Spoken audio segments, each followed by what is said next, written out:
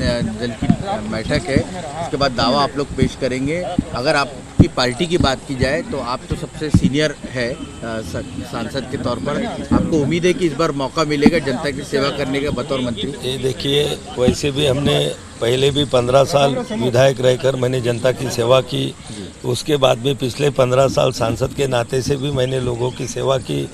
केंद्रीय समिति के चेयरमैन के पद पर रहते हुए पूरे देश में हमने अच्छे रिपोर्ट बनाने का काम वहाँ पर किया, और अभी भी मौका मिलता है तो निश्चित रूप से शिवसेना पार्टी का नाम और हमारे एनडीए का लौकिक बढ़ाने के लिए पूरे देश में और महाराष्ट्र में हम काम करेंगे। तीसरी बार मोदी प्रधानमंत्री बनने जा रहे, विपक्ष कह रहा था कि इस बार जो है नरेंद्र मोदी प्रधानमंत्री नहीं बनेंगे, भूतपूर्व रहेंगे।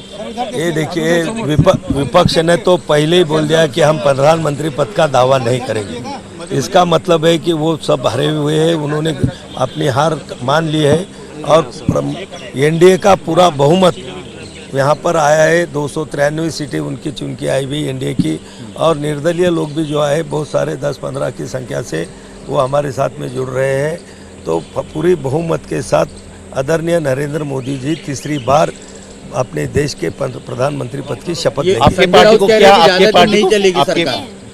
ये देखो, हमारी पार्टी और बीजेपी अलग नहीं, हमारा 35 साल से अलायंस है और हम पुराने साथी हैं। निश्चित रूप से बीजेपी को भी ये मालूम है कि हम पुराने उनके साथी हैं और उनके साथ में हैं। तो बीजेपी और शिवसेना में हम कोई फर्क नहीं करते। निश्चित रूप से बीजेपी और सेना के नेता मिलके अच्छा निर्णय वहाँ पर होगा, और जो भी निर्णय वो लेंगे वो निर्णय के मुताबिक हम लोग आगे काम करेंगे। आपकी पार्टी को कितने मंत्री पद मिल सकते हैं? आपकी पार्टी को ये देखो, हमारी जो संख्या है उसके हिसाब से कितने मंत्री पद मिलना चाहिए और कौन सा पोर्टफोलियो मिलना चाहिए, हमारे नेता और बीजेपी के नेता, एनडीए के नेता मिलकर तय करेंगे। जो भी तय करेंगे तो वो सब लोग। लेकिन आपको लगता है कि मुख्य तौर पर जो संजय राउत दावा कर रहे हैं कि सरकार ज़्यादा दिन नहीं चलेगी? ये देखो, संजय राउत एक नंबर का महाराष्ट्र का फालतू आदमी है, और उसने कुछ भी जो हमारे ऊपर जो लांछन लगाते करते हैं उसके ऊपर हम कभी ज़्यादा जवाब नहीं देते। लेकिन मैं आपको इतना कहूँगा कि जो संजय राउत होगा, उद्धव ठाकरे होंगे, जो बार बार हमारे नेता माननीय एकनाथराव शिंदे साहब को और हमारे शिवसेना को जो गद्दार बोलते थे, उन्होंने निशान चुराया, हमारे बाप का नाम चुराया। महाराष्ट्र का वोटिंग परसेंट और जीत का अगर परसेंटेज आपने देखा तो लोगों ने हमको, हमारे जो 7 भी सांसद चुन के आए हैं, वो हमने उबाटा गट के उम्मीदवारों को भारी मतों से हरा के हम लोग चुन के आ गए। लेकिन उद्धव ठाकरे के जो 9 लोग वहाँ पर सांसद बोल के चुन के आए, उसमें से 6 लोग सिर्फ हमारे उम्मीदवार को हरा के जीत के आ गए। उन्होंने 21 जगह पे सीटें लड़ी थी, उनकी 9 जीत के आ गए। हमने 15 जगह पे लड़ी थी, हमारी 7 वहाँ पर सीटें जीत के आई है। तो इसका मतलब महाराष्ट्र की जनता ने संजय राउत के गाल पे तमाचा मारा है कि देखो कि उन्होंने मतों से, वोटों से बता दिया है कि एकनाथराव शिंदे साहब की शिवसेना और उनके साथ मेरे बाला साहब के विचार, बाला साहब का फोटो और शिवसेना नाम, यही सही है।